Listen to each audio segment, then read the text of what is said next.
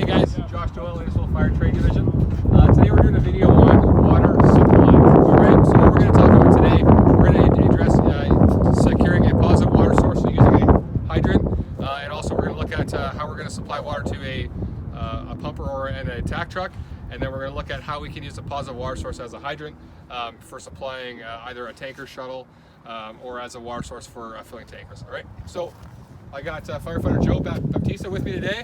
We're going to get him to go through one of our standard hydrant bags we keep on all of our trucks. So Rescue 2, Rescue 5, and all of our volunteer pumpers. So I'll have Joe go through the bag and tell me what's in them. So there we have a 65 mil gate with a storage adapter on it. So we have one of those. We should have an additional 65 millimeter gate without a storage adapter. So, okay. We also have a hydrant wrench, or that can be used for tightening hose or for operating the hydrant, a mallet, and just a hose key there. All right. What you'll find in Innisfil, and throughout the area, is that all of our hydrants that are newer should have a storage adapter, right, or a steamer port is what they used to be called. If they are black, if they have a black cap, they should be a storage style adapter, which means that it's a sexless coupling. We do have the 65 millimeter openings on each side, right? So what we're gonna do is we're gonna dress the hydrant as if this had a storage adapter. So what we're gonna do is Joe here is gonna open the 65 mil gates first. And what you want to do is you want to get those caps off first, right? And then what we're gonna do, every hydrant that we're gonna secure for a water supply in Innisfil now, we're gonna put both 65 millimeter gates on that hydrant, whether it has a steamer port or it doesn't. The idea behind that is that if it has a steamer port, we're gonna use that as our main supply opening.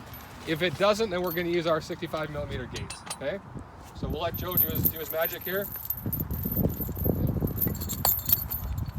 One thing, if you're operating these in the winter time, you want to try and make sure that if the caps drop, you want to maybe keep them in a pile or keep them separate, right?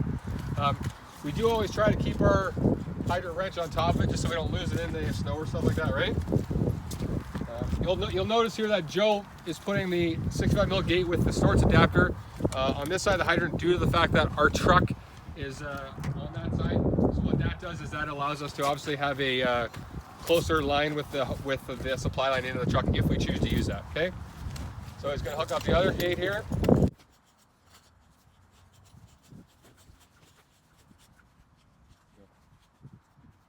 So now what we're going to do, we're going to take that storage cap off or the steamer cap off.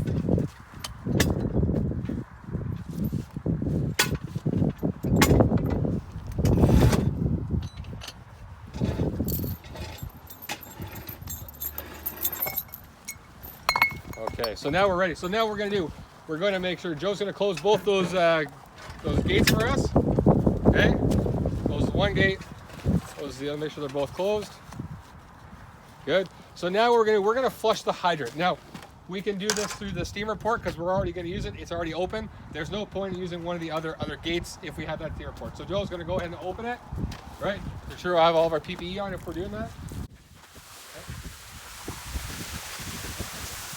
Joe, perfect. Okay. So one of the big things here is that people tend to want to open that hydrant fully, all the way open, all the way closed, right? The idea is that we only need to flush it until that water's clear and coming out fine, right? Obviously, if there's rocks or stuff coming out, keep flushing it. But if that water's clean and crisp, then we can shut that hydrant down. So now we're want to hook up our 4-inch supply line from the hydrant into the truck here. So.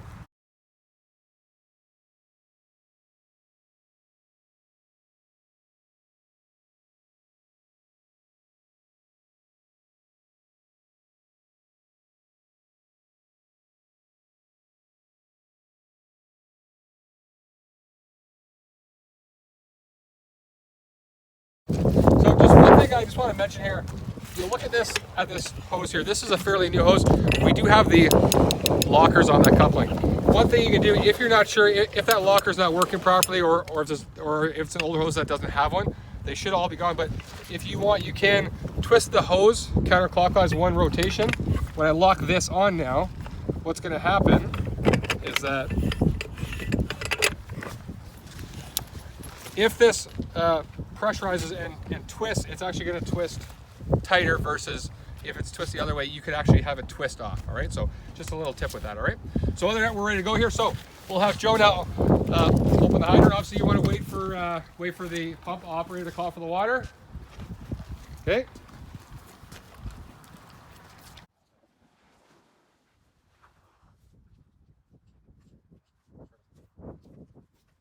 All right. So again, if you can take out any kinks in the hose. You know, usually the hydrants are about 20 to 25 turns, depending on the stem. One thing is that when you get to the end, get all the way to the end, and then bring it back about half a turn to one, just so we aren't putting pressure on that stem. All right. So as far as undressing that hydrant or shutting this off, it's just the opposite, right? So we'd obviously have the driver's going to tell us that they're done with the water. We're going to shut the source down. We're going to shut that hydrant off, and then we're going to drain it all out. Okay.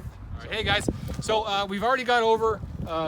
Obviously using a positive water source and our 4-inch Storts connection for supplying a truck. So we're going to go over if you get a hydrant that doesn't have a Storts adapter or a steamer port on it. So what we've done is we've cheated. We've just kind of flipped this one on the other side here. But you'll find us in a lot of older areas, right? A lot of, you know, I know Cookstown is, Churchill used to have some of them. So the idea is that if you get to a hydrant without a Storts, we're going to gate both sides, same as we did in the first evolution. The idea is that we can obviously shut a line down quickly or either add an additional line if we need to, right? If we use a steamer port, the problem with that is it supplies a large volume of water, but the problem is that if we need to shut anything down or add or change lines, we have that issue of that we might have to shut that hydrant down, right? So another thing is, well, what side should the Storts adapter be on? Well, it doesn't have to be towards the truck or the fire, whatever. It doesn't matter. However you're setting up your hose lay, if that's closer to the truck, that's going to be easier, but you might have to snake the hose around the other side depending on what you have for cars, buildings, stuff like that, right? That's going to be a situational decision that you guys make, all right? So the idea is that when we come to open the hydrant here, right, Firefighter Joe here is going to do it for us. You can either have the gates open or closed, however you want to flush them, right? Open the hydrant, whatever you want to do. There's a few options with that, right? So either keep them open, flush it, then close them, or you can keep them closed, open the hydrant all the way, and then flush them, right? It's up to the individual. Other than that, the only other thing is that obviously with your gates, depending on the hydrant, if it's an older hydrant, make sure the gates are either they aren't going to be straight up and down if they're very high, all right?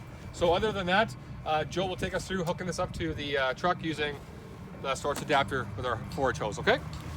So the first thing I'm going to do is I'm going to make sure that my gate is closed. So once my gate is closed, I'm going to fully open up my hydrant, just make sure both ends are closed.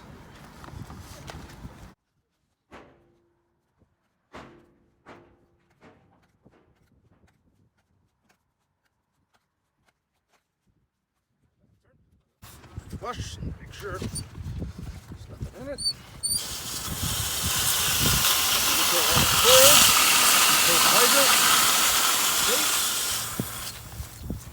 And from here I'm going to hook up my Storts connection on this. So just one thing, whenever we're flushing, just be make sure we're thinking about where we're flushing, right? Is there a bunch of people standing there?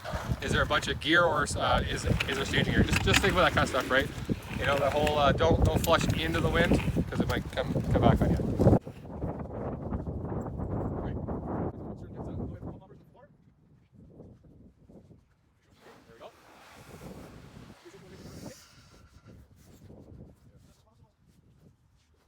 Beautiful. Okay, so that's how we're doing it there. So hey guys, okay, so now that we've gone over positive water source for one of our attack trucks, we're going to talk about securing a hydrant water source for a tanker, or if you're going to shuttle something, right?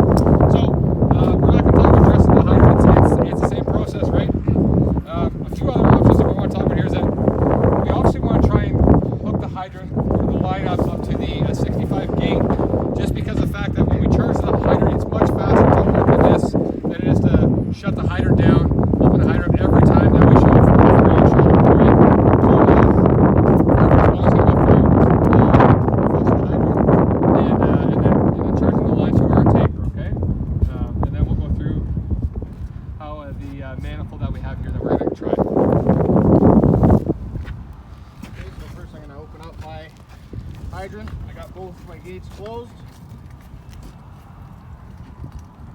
Fire control, and it's rescue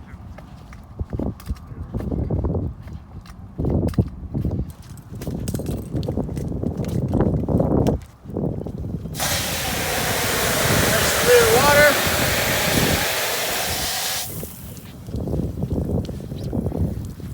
sure that my high ball is connected up to my truck and it's ready to go.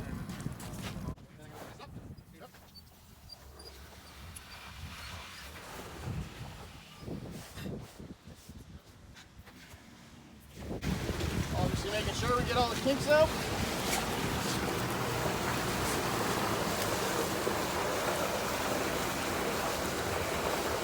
It works really well.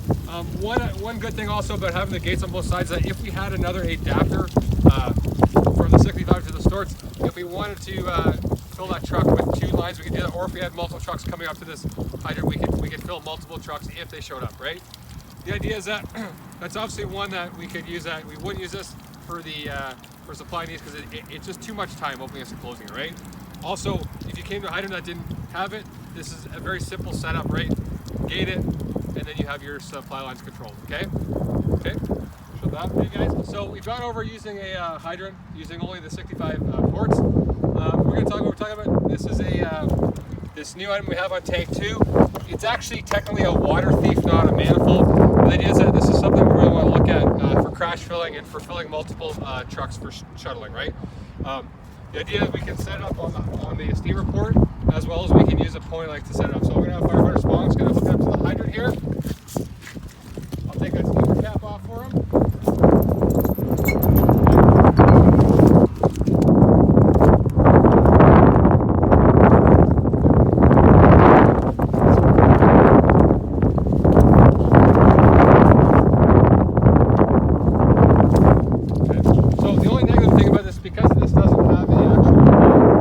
Spinning collar on this is that where this sits is where it's going to have to sit, right? So the idea of this is we can charge the hydrant, we have multiple ports, we could fill multiple trucks coming in, right? So the idea, you have a main 4-inch supply line, you have 2 65s which are Storts adapters also, right? So the idea is that this gives us multiple options, right?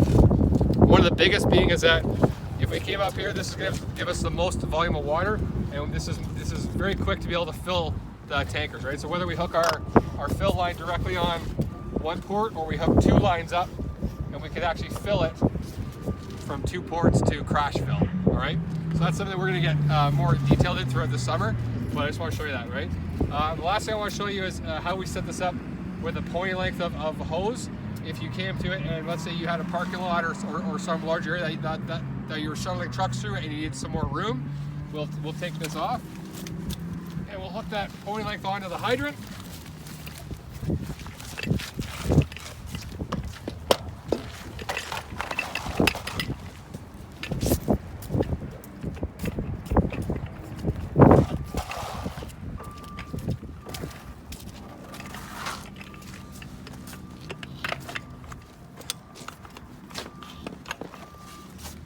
Okay. What is that hydrant open? It's open. It's open around.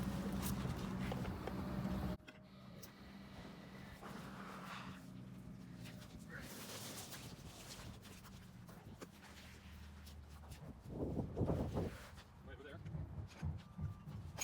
Maybe.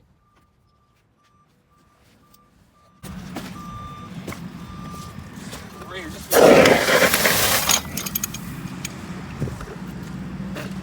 we'll let that part out. Okay, you ready? Okay for water? Alright, so.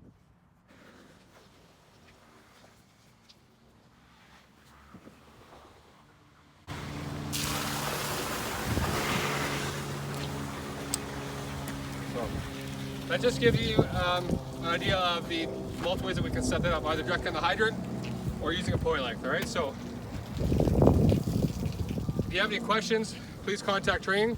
We'd be happy to go over any of this, any of the evolutions that we talked about today. And thank you to the guys that gave me a hand with this today. Firefighter Spong, Firefighter Baptista.